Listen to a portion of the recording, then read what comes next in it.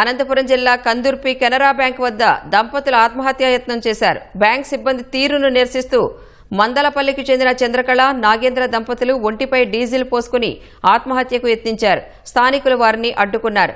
పంట రుణం కింద ఇంటి పెద్ద 3,75,000 రూపాయలు అప్పు చేశారని, ఆ బకాయి తీర్చాలంటూ తమ ఖాతాలను హోల్డ్లో పెట్టారని బాధితులు వాపోయారు. 5 రోజుల క్రితం పడిన తల్లికి వందనం డబ్బులు డ్రా చేసుకోకుండా బ్యాంక్ సిబ్బంది తీవ్ర ఇబ్బందులకు గురిచేస్తున్నారని ఆవేదన వ్యక్తం చేశారు. బ్యాంక్ మేనేజర్కు ఎన్నిసార్లు మొరపెట్టుకున్నా పట్టించుకోలేదన్నారు.